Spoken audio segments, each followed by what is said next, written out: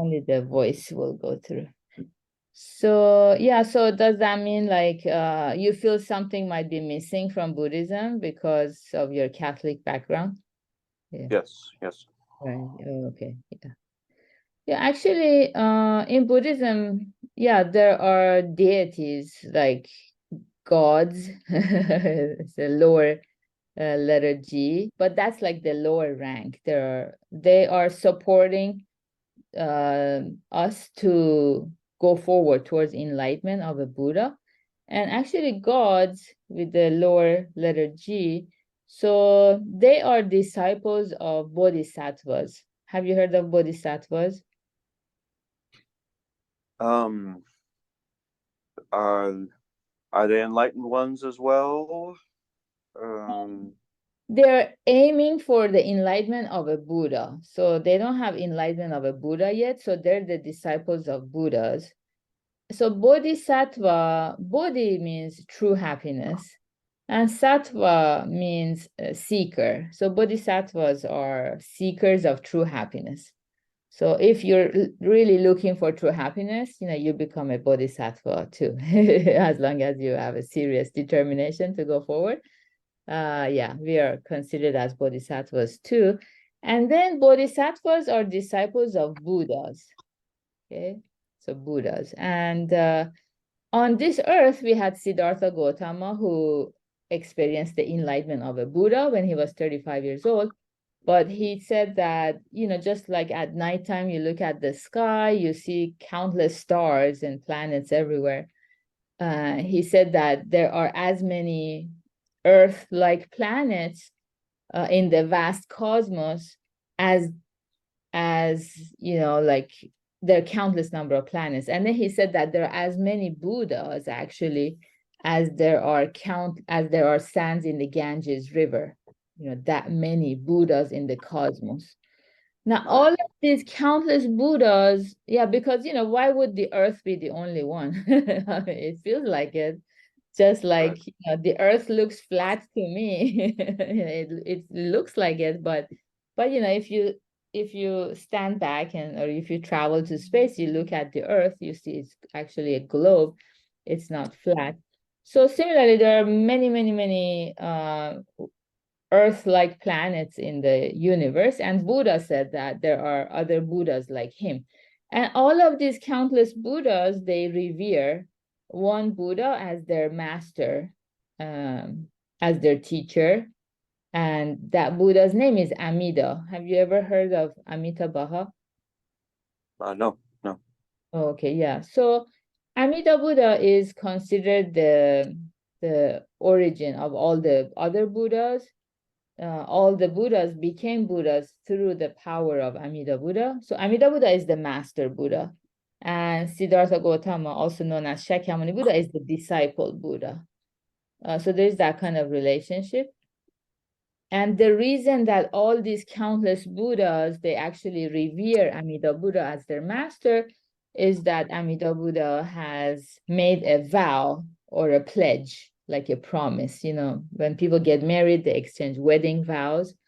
Amida Buddha has made the vow to actually liberate all creatures from their suffering. Yeah. So there is So there was a Buddha before. Amida Buddha is before Gautama Siddhartha. exactly, yes. But Really? Amida Buddha has never appeared on this earth. Yeah. So he resides in a place which is called the Pure Land, Pureland, Pure Land, where there's no suffering. And Amida Buddha is actually guiding all creatures to the Pure Land. And that's the only thing he wants for us is to be liberated from suffering and experience absolute bliss. Yeah. So Amida Buddha has never appeared on this earth. He's known as the otherworldly Buddha, whereas Siddhartha Gautama is the earthly Buddha. So for us, Shakyamuni Buddha, which is same as Siddhartha Gautama, he's familiar and we know about him. But thanks to him, he taught about the existence of this other Buddha, that all other Buddhas of the universe, they actually revere him. And if you want to know why they revere him, I can share with you the text. Yeah. Interesting. Yeah. So I think it's not taught extensively in America because, yeah, Americans, I mean, America's history is very, very kind of young history, and science and technology has progressed a lot in America. So people want proof of everything. And yeah, but you know, if there is no such a vow by Amida Buddha to liberate all creatures from suffering, and you know, we are born in a sense to die because no matter what we do, we cannot avoid dying. You know, maybe Right. science can extend our life, science and medicine, 120, 130, eventually what, 200, even 300. So what, we have to die because you know, it's it's just impermanent, this body. But you know, we had a gentleman last time, he was maybe in his 80s, and he was telling us how, because we were talking about how something good turns to be bad, something bad turns to be good. So don't be so quick to judge something that it's bad, it's bad. And he said at his age, you know, his body hurts and he's retired, he's lost a lot of friends and family members, you know, many things are bad. You know, he spoke his truth, and that's true. If we don't know life's purpose, or yeah, or the vow of Amida Buddha. And what is life's purpose? Yeah, so life's purpose is, you know, to be liberated from suffering. We don't want to suffer, right? Or if we suffer now, we want to find out what is the meaning of it. Is it worth, you know, can we find something that, like a Buddha says, a purpose of life is to obtain a happiness that is so vast or extensive that once you get there, you look back, and any suffering you've been going through up until that point, you can say, oh, I'm so happy that I didn't quit in the middle. It was worth it. You know how so many people quit in the middle, right? Like I think in the USA is, do you know the rate of suicide in America every year? Suicide? Yeah, you know. No, I don't know the rate. I heard it's about 40,000 people a year. Yeah, in Japan, it's about 30,000 people a year, but Japan's population is half of that of the US, so it's even more people in Japan. But because these people, they're like, come on, it's not worth it. No matter how far I go, you know, more and more suffering, and we getting older, so the body doesn't cooperate as well as before, you know, with pains and aches. So is it really worth it when we do the cost benefit analysis? So Buddhism teaches that the meaning of life will become clear once you experience a happiness that is so great that when you look back at all the painful experiences you had, you feel it was worth it. I'm so happy that I went through everything, because otherwise, if I hadn't suffered that much, I wouldn't have been looking for the meaning, or I wouldn't have demanded my life's purpose. I would have just been indulging in pleasures, you know, like Netflix, or I don't know, so many distractions these days, just letting time pass me by, and then reach the end of it empty-handed. That's not good. Yeah, that's not good. Mhm. Does it make sense to you? You've thought about the You have meaning. empty hands either way before you leave this world. When you leave, Oh, no, I haven't. But uh-huh. I don't know what you mean by empty-handed. I mean, you're going to leave this world empty-handed. You know, I mean. Yeah, exactly. Yeah, empty-handed. We are born naked, we die naked. We're born alone, we die alone. Even twins, you know, they're not born holding hands together. They come out one by one and they leave at separate times. So no one accompanies us in the journey of life. So why is it worth it then? Why is life worth it then? Living according to Buddhism. Mhm. Okay, so can I read some text for you? So maybe it makes it more. Sure. Understandable. Okay, so let me share my screen here.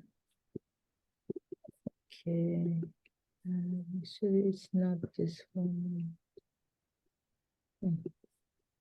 Oh, okay. It's this one. Yes. Okay, so this is from one of the books we have. It's a little bit of a heavy book, so you don't have to get the book yet unless you really want to know it all. But yeah, might be a little early, but just let me read the introduction at least.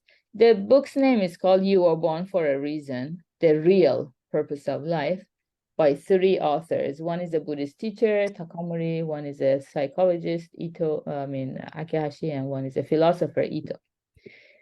So today in countries around the world, people enjoy wealth and comfort unheard of in centuries past. Okay. Medical and scientific advances mean that we live longer and have greater ability to change and control our environment to suit our needs. But have these advances brought greater happiness? Modern society is plagued with ills such as violence in its many forms, including tyranny, terrorism, murder, and suicide, etc. Real answers to these problems continue to elude us. Our advances may have made us richer, but they have not done anything to ensure our happiness or provide us with a sense of abiding meaningfulness. In fact, modern life often seems only to bring more acute feelings of isolation, loneliness, and emptiness. Why is it that, although blessed with physical health and an abundant lifestyle, we cannot find heart's ease? This question was addressed more than 2,500 years ago in India by Siddhartha Gautama Shakyamuni, the founder of Buddhism. Born a prince, he excelled from boyhood in literary and military arts. He wedded the loveliest young woman in the kingdom. He lacked for nothing, yet his heart was not cheered in the least. He passed the days despondently, knowing that even though good health, treasure, status, honor, family, and talent were his, he would one day lose them all. No earthly happiness could prevail over old age, sickness, and death. Realizing the nature of human existence, Siddhartha was unable to experience true ease or satisfaction. Okay, just a second. Sorry, let me get a little bit of water.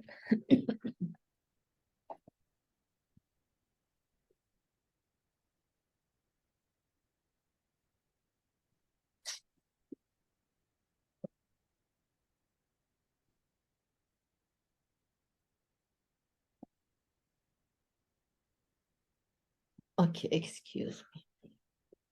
Okay, we have, I think, some cat fur flying in the air. So it kind of activates some allergies. Okay, so finally, when he was 29 years old, he crept out of the palace one night in search of true happiness.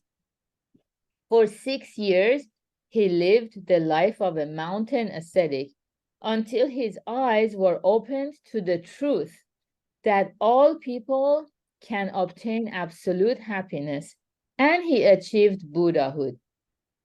The lessons taught by Shakyamuni Buddha are timelessly true. We all are vulnerable to the devastation of sudden illness striking oneself or a loved one. And although we may immerse ourselves in work or a hobby, the day will come when old age prevents us from enjoying such activities. When we die, moreover, we must part from those we love. What is there in life that will never betray us, that we can devote ourselves to without regret? Throughout his life, Shakyamuni continued to teach that the purpose of life is none other than to gain unassailable eternal happiness. In Japan, the essence of this message was preached by Shinran, Shinran, 1173 to 1263, the founder of Shin Buddhism, the true Pure Land school. Shinran laid out the purpose of life and urged its attainment with incomparable clarity. The universal purpose of life is to destroy the root of suffering and gain joy in being alive, so that you rejoice at having been born human and live on in eternal happiness. No matter how hard your life may be, keep on until you accomplish this purpose. The 9 decades of his life were focused single-mindedly on this message. Yet mankind today remains lost in the dark, ignorant of life's purpose, and unsure whether life has any meaning. War, murder, suicide, violence, abuse, etc. Could it be that all such tragedies arise out of the darkness of mind that cannot make sense of life or find any reason to go on living? Simply lowering the legal age of criminal responsibility is not a solution, since it will not reform the hearts of these young offenders who have no awareness of their wrongdoing. These terrible blights on society will resist all countermeasures unless the dignity and purpose of life are made clear. Until that happens, any action is as futile and transitory as drawing pictures on the water. Is there a purpose in life or not? What is the meaning of life? These age-old questions cry out for clear answers. Shinran stated the purpose of life more plainly than ever before and urged its attainment. His teachings are the light of the world that breaks through the dark delusions of the human race. Is there a purpose in life? In this book, we will address this question head-on through the prism of Shinran's words. We begin in part 1 by examining the human condition, along with the comments of leading writers, thinkers, and newsmakers from East and West. In part 2, we turn to quotations from Shinran's teachings that demonstrate the unchanging, timeless purpose of life, with paraphrase and commentary as aids in understanding. Across the centuries, the words of Shinran have helped untold millions in Japan to hear the message of life's purpose. It is our great hope and dream that this book may convey his words to millions more around the world so that they too may enter into true and lasting happiness.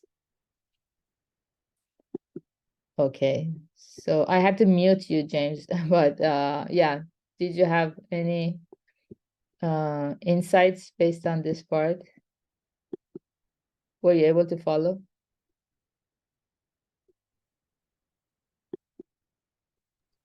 Yes, just for those to follow. Something before. I'm just gonna give you a bunch of questions if that's okay. Mm-hmm. Yeah. What is the middle way? Oh, okay. Yeah. Could you describe when the Buddha says the middle way? What does he mean exactly? Could you talk to me about that? Yeah, absolutely. So actually, I have a short story about it. It's only 2 pages. It illustrates it very well. Okay. Oh, okay. So let me read that for you.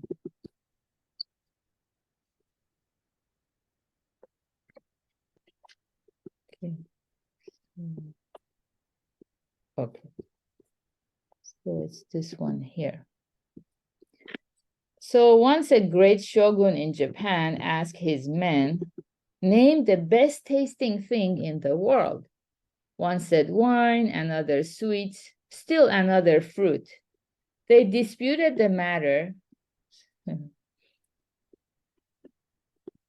each man sticking up for his personal favorite, but the shogun did not appear satisfied. Finally, he turned to his trusted attendant and asked, "What do you say is the best tasting thing in the world?" She smiled and answered tersely, "Salt." For the first time, the shogun gave a smile of satisfaction. He followed this up with another question, "And the worst tasting thing?" She replied nonchalantly, "The worst tasting thing is also salt."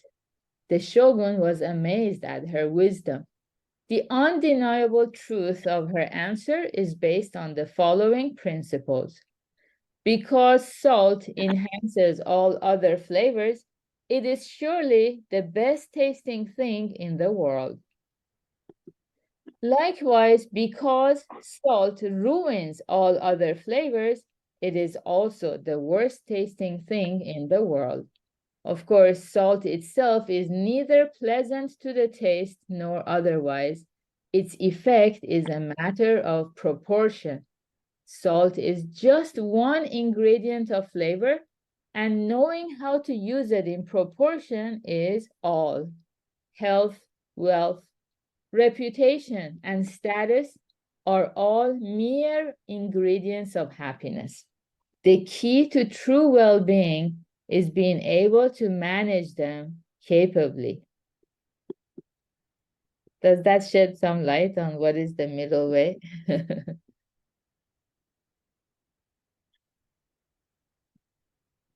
Yes and no. So, because So don't over flavor with salt. Basically, if you put on too much, then it ruins the food. Basically, just have to learn how to put on just enough. yeah, just Basically, is that and if you put too little, it's too bland and tasteless. Mhm. Doesn't, salt Right. enhances all other flavors. Yeah. Mhm. So it's like, you have a lot of talents hidden within you. Every human being is very gifted, but most people, they kind of focus on maybe one aspect. Maybe they get carried away just by earning a lot of money. And it tastes good. I mean, it's very sweet when people earn money. It feels good. So people keep earning money, money, money. They kind of get carried away to one side. They're not walking the middle way. They're not understanding the purpose of earning money or putting their money into a good use. In Buddhism, we believe that money, like other ingredients of happiness, is just a tool to utilize it for our happiness and the happiness of people around us, other people. Yeah, we benefit ourselves when we benefit other people. Most people don't understand this truth because instinctively we have a lot of desires. We are made of desires. So we just want to accumulate more and more and more. It's like you keep adding more and more and more salt to your dish. Actually, a lot of people are doing that. And then they're wondering, why is my life so bad? Why is it, same thing with relationships. They say absence makes hearts grow fonder. Have you heard of that?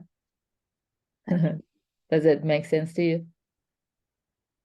Yes. Yes. Yeah. So, when people are in relationship, they want to spend a lot of time together, which is okay. But if you spend too much time together, it's like, again, adding a lot of salt because then you begin to see a lot of their flaws or shortcomings. You become a little impatient with them and vice versa. They see your shortcomings and flaws. They become impatient with you. So I think during the pandemic, they said there was, a rise in the rate of divorce because people had to work from home. They were isolated. And, it's like adding a lot of salt. We try to control our partner and the partner tries to control us. So, it becomes sour. They should say it goes salty, but it's too salty. So it's not the middle way. The middle way is when it's balanced. You can maintain respect and harmony and you get good results because when you plant good seeds, The flowers that bloom are all beautiful and give you the fruits that you like. So if you don't like cucumbers, we should stop planting seeds of cucumbers.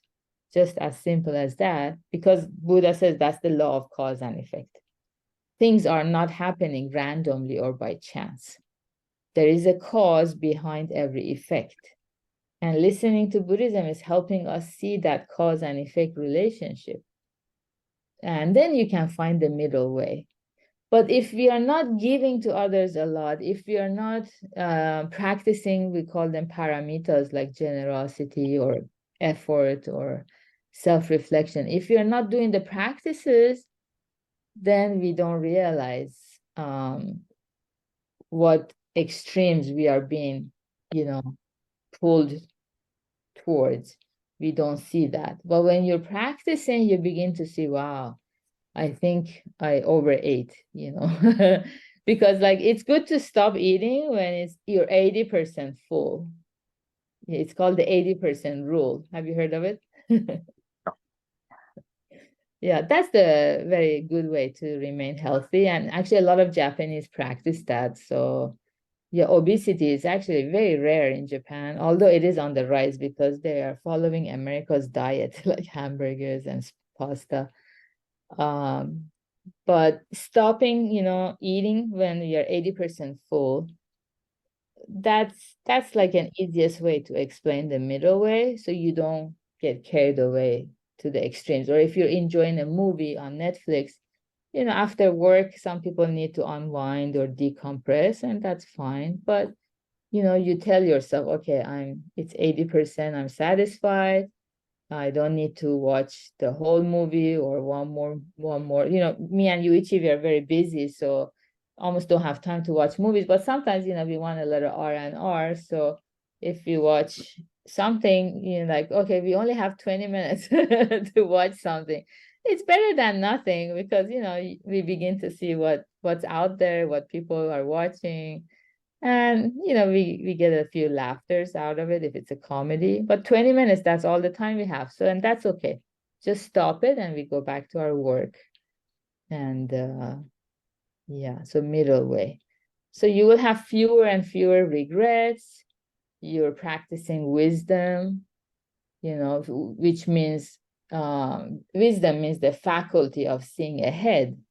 So if I do this, what are the consequences? You become more and more clear in seeing the cause and effect relationship.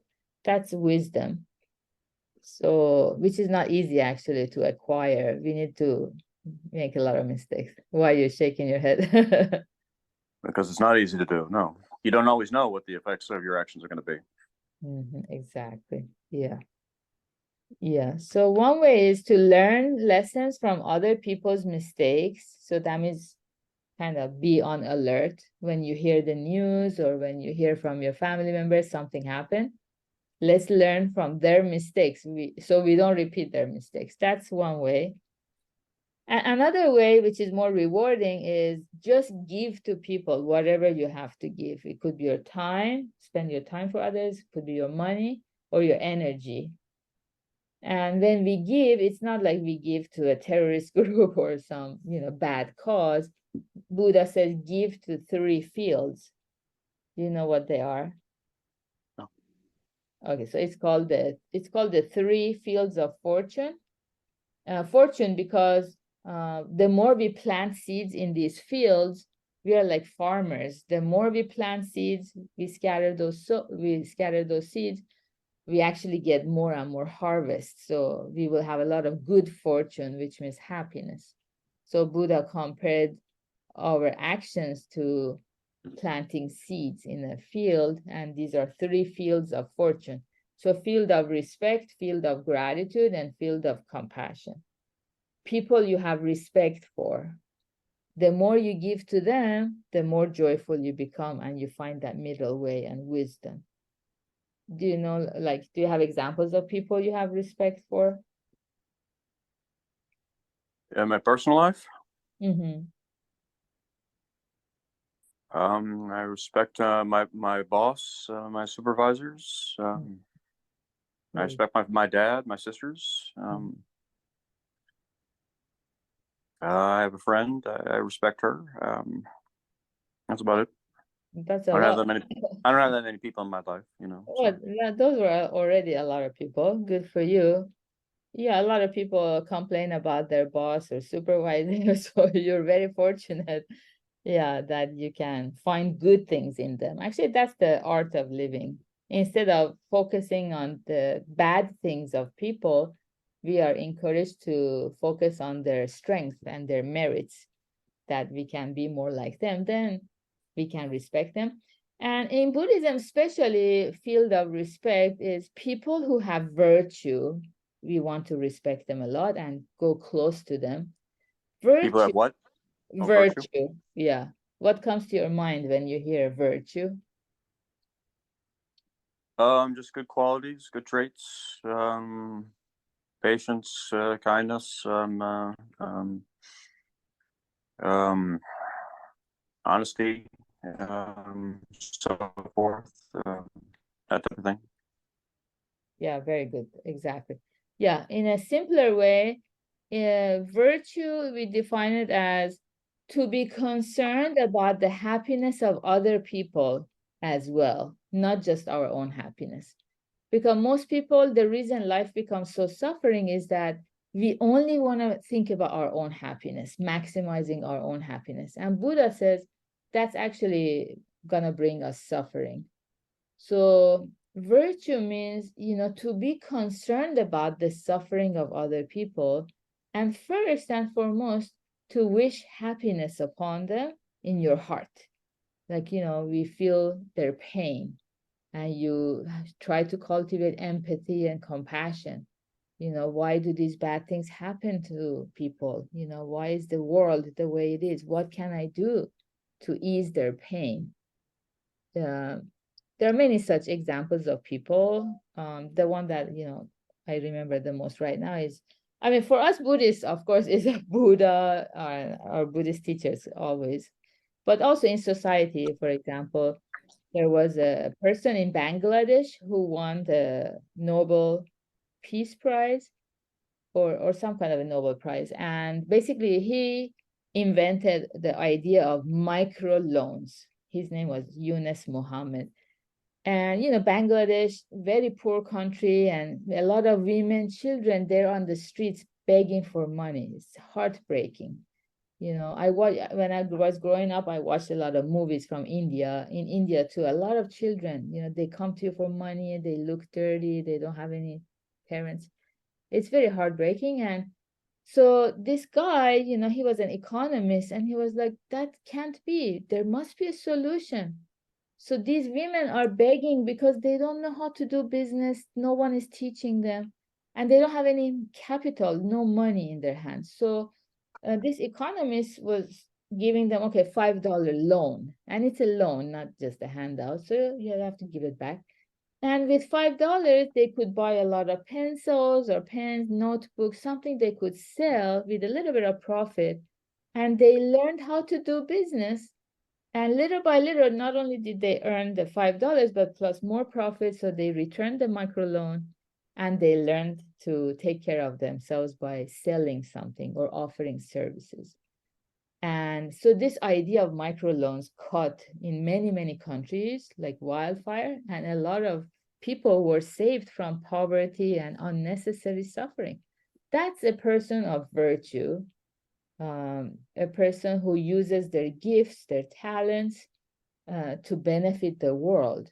So if we can support such people, that's like you're planting your seeds in the field of respect. Because on my own, I don't know much about economy, or, we don't have all the answers, we don't have the knowledge, but there are people who not only have the knowledge, but they also have a lot of empathy and compassion in their hearts. So we want to respect those people of virtue. So if you support them financially and in any aspect you can support them, you're also contributing to this greater happiness in the world, which all comes back to you as your happiness too. Yeah. And then the second field is field of gratitude. And these are people that we owe them a debt of gratitude already, like our parents or teachers, people who've been very benevolent to us. So if any good deed you practice towards them, it brings us a lot of good effects because we are cultivating gratitude instead of taking their kindness for granted. So that's very good deed. And then the third one is field of compassion, which is people who are in real need. They want to work, but they don't have any means of transportation. So we can give them a ride or provide them bus money, help them get to their work, and so they can become more and more self-sufficient and independent. Yeah. So there are all these good deeds that we can practice. And that comes back to us. It gives us happiness later on, right? Yeah, because it's like planting seeds in your field. There is no farmer when they scatter their seeds in the field who come and say, oh, I lost all my seeds. Now I have nothing for myself. They know that once the seeds enter the soil, the seeds will be helped by the whole universe. Water, nutrients from the soil, fertilizer, sunlight, the warmth in the air. Everything is actually helping the seed to grow. Yeah, so that's we call cause condition come together, produces the effect. So the practitioner becomes happy, the seed planter, the one who plants the seed becomes happy. So, I'm actually giving the Dharma. So yeah, I become happy myself. And then you're listening to the Dharma. Listening to the Dharma is a very good deed too. And you become happy too. And yeah, so it's one of the best good deeds in the world is to learn about our life's purpose, understand what is Dharma, what is the middle way. Once you learn to practice it more and more, you gain that confidence that happiness is possible. And then we cannot help but share with others because so many people struggle in life. Yeah, so that's the beauty of learning Buddhism. Mm-hmm. So once again, I come back to how do you become happy through Buddhism? Yeah, so first answer or practice is listening to the Dharma, like you're listening now, because by listening, you're learning the direction you need to move forward. If you don't listen, it's like, what should I do? We don't know. So listening, and then once you know the direction, you want to move towards it, moving your body and yeah, practicing it. So I can share some more information here. Okay, so that was the salt story.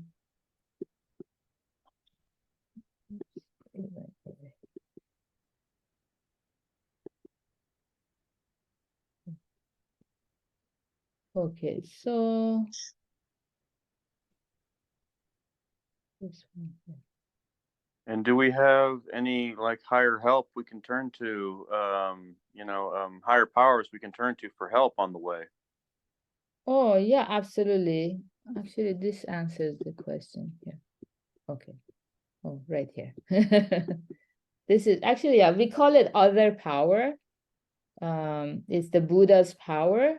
Yeah, because it is taught that we are floundering in this ocean, which is symbolic of life. We are in an ocean of suffering. Yeah, we are floundering, we choke on salt water because storms might occur and we are assaulted by the winds.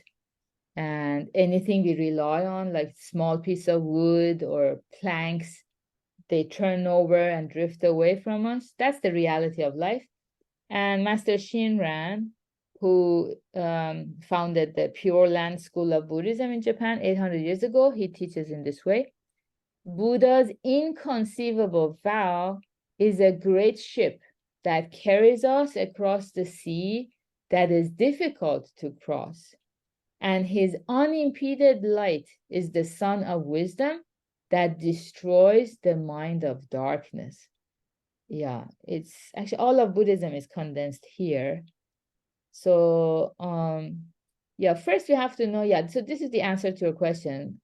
There is this other power, Buddha's inconceivable vow. So a vow is a promise to rescue us from this ocean of suffering. We are in the ocean down here. There is this vow to lift us aboard this great ocean.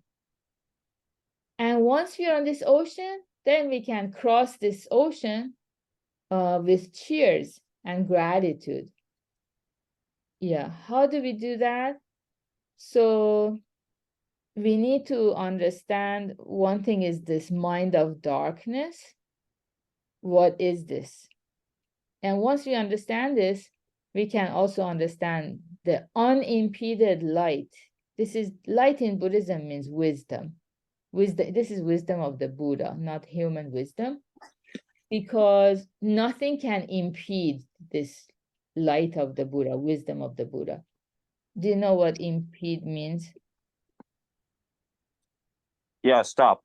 Basically, get in the way. An obstacle. Exactly. Nothing can stop or get in the way of the light of the Buddha. You know, like electricity, the light here, if I put some block, it will stop as there's a shadow is created. You know, it can stop the light from going further. But the light of the Buddha, nothing can stop it or get in the way. It's called the all-pervading light, which is also known as the nurturing light of the Buddha. So our mind needs to get nurtured or cultivated in order to have the flower of happiness to bloom in our hearts. We need that cultivation of the mind.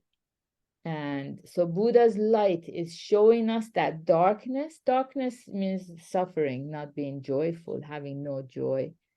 Yeah, so Buddha is showing us that darkness. And actually, the reason I'm here, the reason you're here, is we are guided by that light of the Buddha. Yeah. But I'm just wondering, like say in Christianity, we have a Christ, we have God to go ahead, and if we need help, we can call on Him and help and whatever. In Buddha, if you and this way you'll feel less alone in life. Now in Buddhism, do they have something similar? Yeah, so actually this great ship that I showed you here, let's go back here. So this great ship, if you notice, it's pushing the water away. It's coming towards us. You see how the ship is depicted here? It's coming towards us. And this ship has a name. It's called Namu Amida Buddha. So like reciting Namu Amida Buddha is a very good deed in Buddhism. And once you gain that oneness with it, you will be on the great ship. So you're never alone, actually, because you're continually being guided by the light of the Buddha. Yeah, because we cannot see this great ship with our own eyes. All we see is just the vastness of the ocean and logs and planks. That's like money or status, family members, entertainment. And some people try to collect so many of these logs and planks, they don't know the middle way, and because they have so much anxiety, But no matter how big the log or plank in this vast ocean, the ocean is huge. So it never eases the anxiety. So the ultimate solution is to board the great ship, and the great ship is coming towards each one of us. And so How? I don't know what you mean by that. What do you mean that the great ship is coming towards us? So it's like, aren't you looking for true happiness right now? Yes. So if you read I Rumi, don't know where to look or what to do or how to find it. well, I mean, you're in the right place. Yeah, you're in the right place. So if you read poems of Rumi, he was a Persian poet Yes. about 800 years ago, contemporary with Shira. So he says, you're looking for happiness, genuine happiness. And actually, that genuine happiness is looking for you, seeking you out. You know the theory of relativity? Well, a little bit. I'm not too familiar with it. It's like when you're sitting in a train, and if the train is stopped and the car next to it starts moving, you feel like you're moving. The train is stopped, you're not moving, but it feels like you're moving. So it feels like I'm looking everywhere for true happiness. Actually, all people are searching.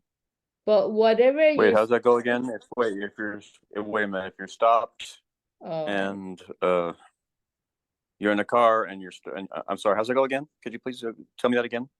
like even you drive, right? You have a Yes. car. Yeah, so when you're Yes. in your car and your car has stopped behind like a red signal at the intersection, and then the car next to you begins to move forward a little bit earlier than you. In an instant, you might feel that you are moving. That Right. motion creates like the illusion that you are moving. Right. Yeah. Mm-hmm. So it's all relative, Mm-hmm. Right. and Right. we are seeking for happiness. Everybody is. But actually, in actuality, that genuine happiness is seeking you. It feels like you're the one seeking it out. Some people actually tell me this, that I say, how did you find Buddhism? And they say, I don't know, Buddhism found me. Haven't you heard that? They say it for many things. Like I said, how did find this good job? You're so blessed. And they're like, I don't know, the job found me. Haven't you heard that expression? It's very puzzling, and it made me think a lot when I first I know heard about it. it. Yeah, so that's something to meditate on if you think about it. So, yeah, Master Shinran says we are never alone. Yeah, when you suffer, know that there are two people suffer. When two of you suffering, when two of you are suffering, know that there are three. So one of them is me, Shinran. Who? Oh, Shinran, the one who taught us about the great ship in the ocean of suffering. Mm-hmm. So Shinran or Buddha, they're always by our side until the eyes of our mind are opened up. Then you know that for sure. Once you're on the great ship, you realize you were led to that great ship, and you overflow with gratitude and joy. Yeah. Yeah. And all the sufferings you went through, you realize if I had never suffered that much, I would have never found this great ship and this great joy. I'm so grateful. Yeah, so little by little, these things will be revealed to you. It takes time. Yeah. So where do I start? Okay, so the starting point is here. I mean, come back to these sessions, and then also daily practice is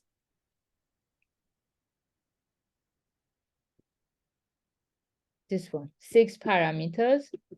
So whether you're at work or at home, try to give money, time, energy for others.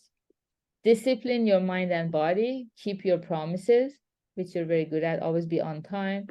Forbearance or patience. When anger comes up, tell yourself this is the chance to be patient. Don't express it.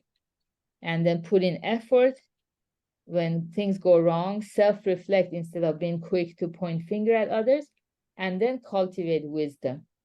Little by little, you get better and better at these 6 parameters. So that's where you start, and also one-on-one sessions I recommend. That's a lot. So one by one. So actually, Buddha says focus on one. So maybe kindness is the easiest, right? Just give to others. So when you go to work, smile more, find something good in others and commend them about it. Yeah, just start, the books Atomic Habit or The Journey of 10,000 Steps starts by the first step. So just focus on the first step. Yeah, and then tap yourself on the shoulder. You did a good job. Self-compassion, encourage yourself, and then your practice will begin to pick up momentum little by little. And this will give me happiness. Yeah, absolutely. That's the teaching for sure. I see. All right. Yeah, so keep practicing, and yeah, you will see the changes over time, and let me know how you're doing, and hope to see you next time. Okay, thank you. Okay, thank you. Bye. When's your next class, your next session? You mean this Thursday one? Or next one Oh, is you're having another when? tomorrow, Tomorrow? 3 p.m. Yeah, Pacific time. Oh, 3 p.m.? Yeah, tomorrow. And Saturday, 10 a.m. Okay. Mhm. Saturday, 10. Okay. Mhm. All right. Well, you'll put it in there. Okay. Thank you. You're welcome. See you. Have a good evening. You too. Thank you. Bye.